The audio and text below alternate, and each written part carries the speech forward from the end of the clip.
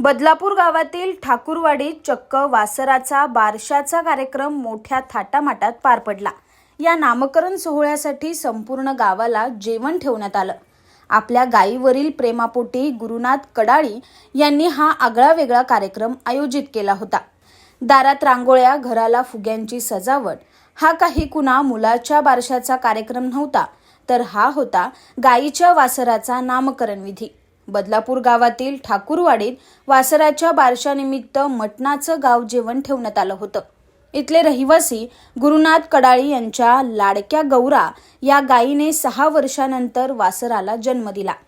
त्यामुळे कडाळी कुटुंबामध्ये आनंदाचा पारावार उरला नाही। तसंच गौरा ही कडाळी कुटुंबातील नव्हे तर संपूर्ण ठाकूरवाडीतील एकमेव गाय। त्यामुळे गुरुनाथ कडाळी यांनी या गायीच्या वासराचा नामकरण विधी करायचं ठरवलं। त्यासाठी ब्राह्मणाकडून मुहूर्त काढला आणि त्यानंतर वासराचा नामकरण विधी पार पडला। वासराला ओवाळून त्याला कुंकवाचा टिका लावून त्याला हार घालण्यात आला। त्यानंतर त्याचं नाव छोटा बकासूर ठेवण्यात आलंय। बकासूर महाराष्ट्रात शर्यतीमध्ये नावाजलेला बैल आहे। त्याच्याच नावावरून वासराचं नाव छोटा बकासूर ठेवण्यात आलं असं गुरुनाथ कडाळी यांनी सांगितलंय। आमच्या इथे 6 वर्षापासून एक गौरा नावाची गाय आहे, तर तिला आता बाळ झालेलं आहे। तर त्याचाच बारसं म्हणून जे आम्ही कार्यक्रम केलेला आहे, तर त्याचं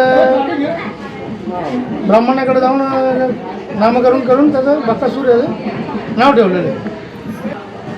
काय नाही, ते ब्राह्मणाकडे जाऊन त्याचं नामकरण घेतलं काढून आणि एक महाराष्ट्रात गाजलेला असा मोहित शेठ धुमाळे यांचा बकासूर नावाचा बैल आहे, तर त्याच्या नावावरून आम्ही एक छोटा बकासूर म्हणून त्याचं नाव ठेवलेलं आहे। आज काय कशामुळे केलं? काय नाही, आमच्या हे पुणे एरियात आमच्या एकच गाय आहे आमच्या इथे।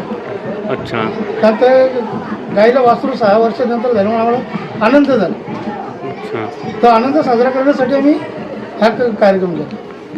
Bureau report, AB fast news, Badlapur.